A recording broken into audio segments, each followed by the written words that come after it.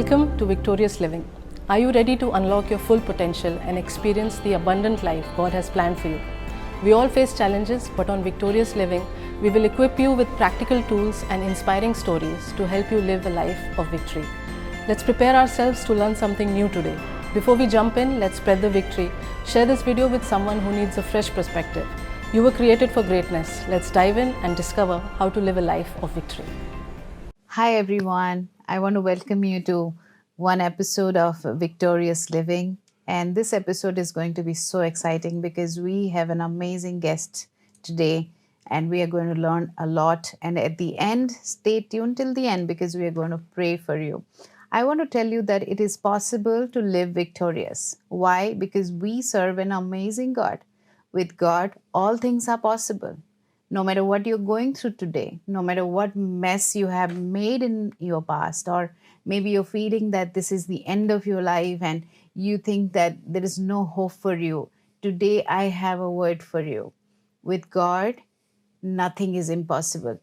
No matter what you are going through, you are going to come out of it in a couple of minutes.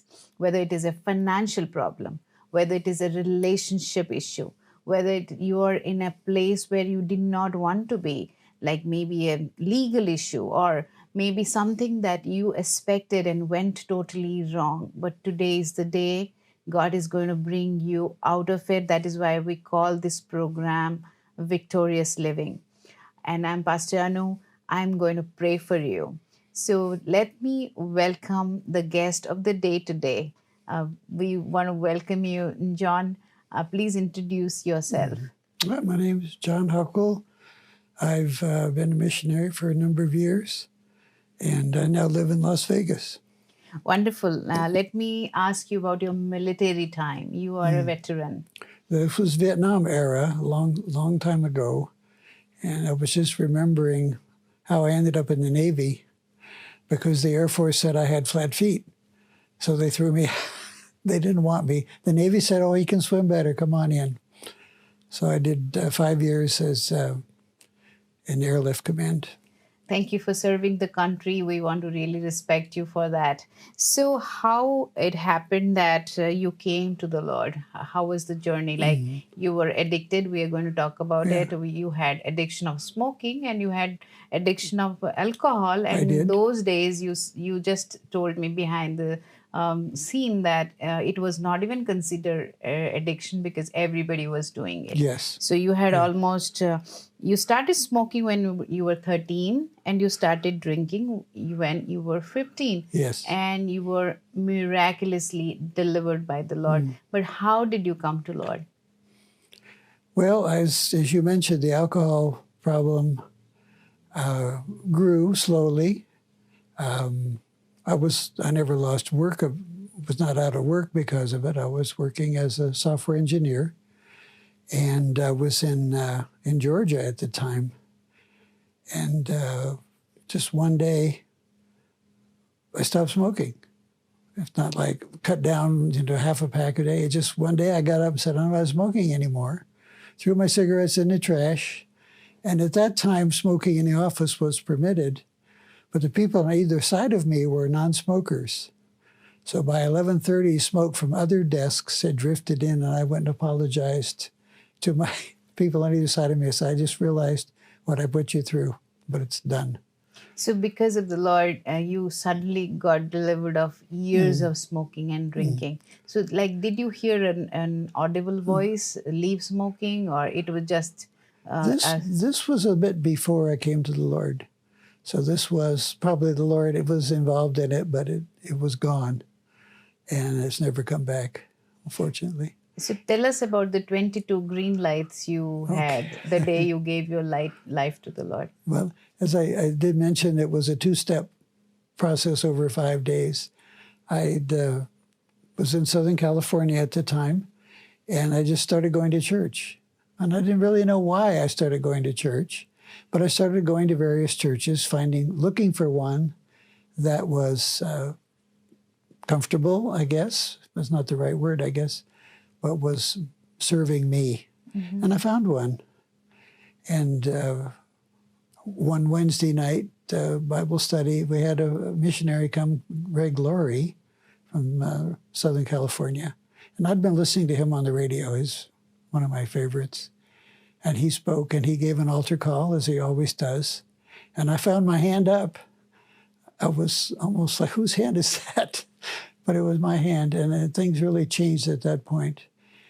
But because it was a more formal church, he didn't ask people to stand and come forward like he usually does. So I felt at the back of my mind that I had not completed the process. So what do I do? So the following Monday, I was at my private mailbox that I had because I was almost homeless at the time.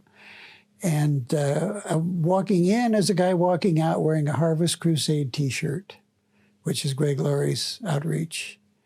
And I said, oh, Greg Laurie, I really enjoy him. And he said, you know, he's speaking tonight at Calvary Chapel, Costa Mesa. Mm-hmm. I said, I got to go. So I zoomed home, changed my clothes, jumped in the car, and started driving and realized I didn't know where the church was. So I looked in front of me, and there's a small car with a bumper sticker. It's a Harvest Crusade bumper sticker. I said, well, they're going. I'll follow them. And they did. They went right to the church.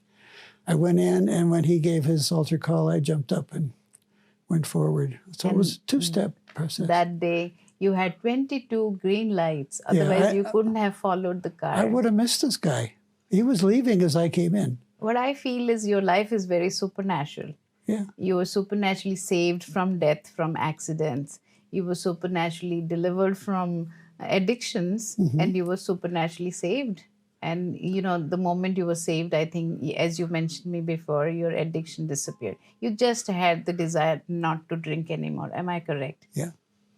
So what would you tell those people who are facing addiction? Like, I am a counselor, so I hear people telling me all the time that we go back and forth and we leave it and we come back again to the addiction, whether it is pornography, whether it is alcohol, whether it is smoking, sometimes eating habits, even being approval, having approval of people, that is also an addiction because we want to do things to be approved by people. So how do you suggest those people to come to God and ask what so that they can be delivered? Well, everybody's different, but for me, I think I was blessed to have a fairly easy, it just stopped. And to this day, I'm terrified to touch alcohol. And I did the 10 years after, I was in France, and wine is very popular in France, and even for lunch. And the kids come home from school for lunch, have a glass of wine, and go back to school. But I was at a lunch party and had somebody offered wine. I said, well, I can have one. And then I had some, and then the Lord spoke to me. He doesn't speak often, but he said, I took that away from you 10 years ago. He said, don't test me, I'll give it back. And that terrified me so much that I've never had another job. It's been 20-something years ago. Wonderful. Yeah. That reminds me, you heard audibly from the Lord to serve Him when you were making a lot of money. Yes. And you decided to be a missionary. How did that happen? One morning, shaving, and I heard this voice. And it's hard to explain. It doesn't come through the ears. It's like it arrives after the ears, between the ears and the brain. And the Lord said, John, you're doing really well, aren't you? And I was making a good chunk of money at the time. And I said, yes, I am. Yes, thank you. I'm doing very well, thank you. He says, I've shown you that I can bless you. Are you willing to give up this job and come work for me? I can bless you. You've seen me bless you already. I can continue to bless you. And I said, I have shaving cream on my face. And I said, yes. And I went to tell my wife, and I was halfway down the hall in my towel and shaving cream all over. And I thought, what if she doesn't? What if she says no? And I've already said yes. Praise the Lord, she said yes. And we started right away looking for, but nothing came right away. There was no direction for a few months. Yeah, but you served God faithfully, and you traveled almost 39 countries to do different things for the Lord. One country that you were very involved was Afghanistan. Yes, yeah. And you served many, many, many years over there under very dangerous circumstances. Tell us about that. Our office was not in Afghanistan, it was in France. The division of crusade that I was with could not put an office in any of our area. 29 of the 30 countries were Muslim. The other was Armenia, which is difficult to travel in and out of. So we were based in Paris, but we went in and out of Afghanistan frequently. Yes. And you served many people, rescued few people from dangerous situation over there, as I heard. And you used to do blankets, and you taught English. If I'm right? Yeah. And a lot of things you did with the women. And your then wife, who passed away 3 years ago, she used to really minister to the ladies over there, even in the prisons. Am I right? Yeah, she did that. And there was a project called the Widows Project. Right. That worked with a number of Afghan widows. Sadly, there are a lot of Afghan widows. They made quilts. They would sew these very, very heavy quilts.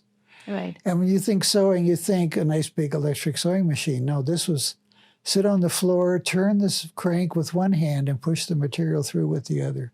Yeah. They made beautiful quilts, but they were quite heavy. So to load 100 on a bus was quite a challenge, but we did it. So your wife, Huma, was a very good friend of mine who encouraged me through my difficult time for so many years. And I have noticed that she used to rescue people from different countries and establish them. I have met few of them that she rescued. Tell us one story about Afsane. How did that happen? Thank you for joining us today, and I hope you were blessed by this message.